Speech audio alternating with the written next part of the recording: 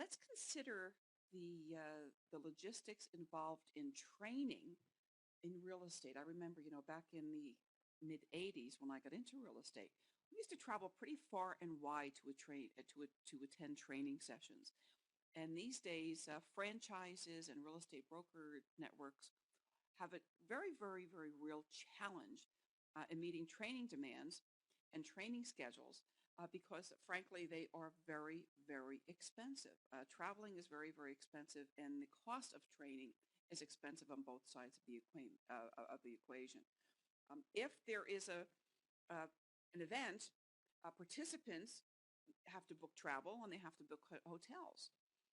With webinars, that's not necessary because the participants don't have to go any further than their home base, whether that's an office setting or their actual home, or offices. Webinars can reach people where they are without the need for travel and hotels. By the same token, events management is a whole different ball game.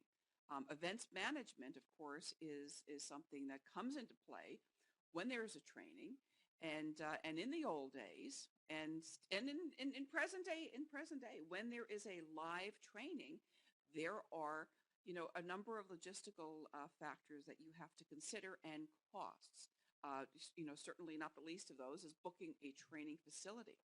And whether that's a conference room or a ballroom or a room in a hotel and other facilities, that involves a very, very great deal of money.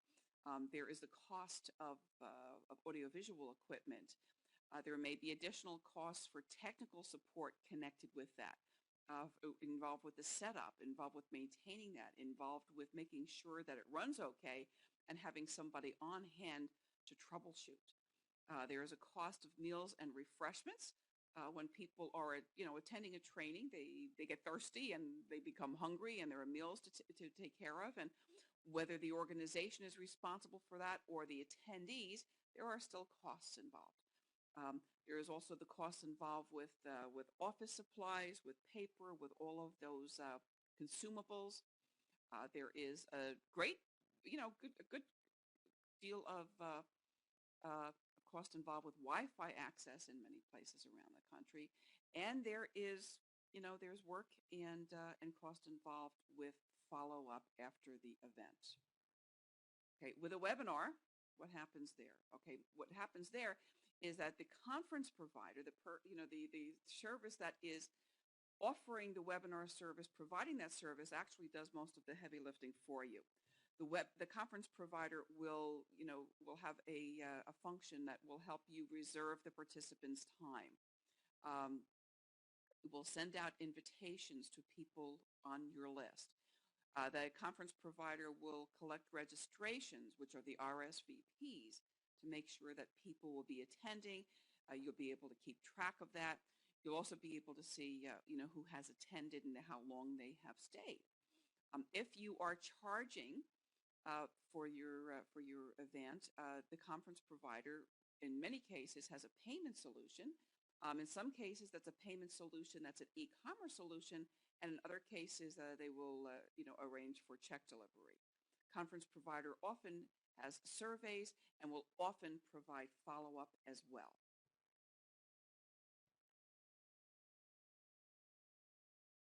Content sharing, content distribution, and content review. So in days past, content would be shared sometimes over a teleconference, and again, sometimes in person. So on an in-person setting, that's one thing. With teleconference, documents had to be emailed, often, pray for safe delivery. With a webinar, we have a whole different ballgame these days because the documents are available for review online. Attendees and presenters can take a look at a shared document together, consider that document together, and they can be shared and annotated in real time. In some of the more advanced platforms, and certainly in WebEx and a couple of the others, you can have a group of people working on the same document in a collaborative working space, and sharing documents that way. It's much more advanced these days. Recording of the event. In the old days, you might have had an audio recording, some transcription and notes attached to a teleconference. I didn't see a whole lot of recording of live conferences, certainly. That was just basic note taking.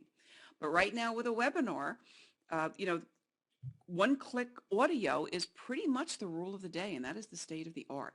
So you can have a webinar, set it to record, and shortly afterward, have a button to be able to access that recording and review it on demand 24/7.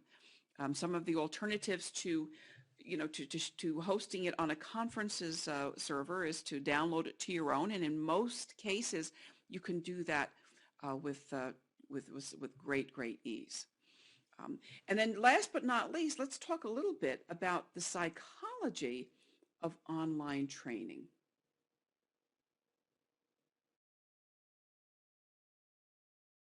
We find out exactly why webinars are so powerful. A webinar is a way for people to experience something in a group setting before they have to do it themselves. The intimidation of doing something new is greatly reduced when people have the opportunity to walk through something on a trial run with an expert without the fear of making a mistake. A virtual setting is also very non-threatening.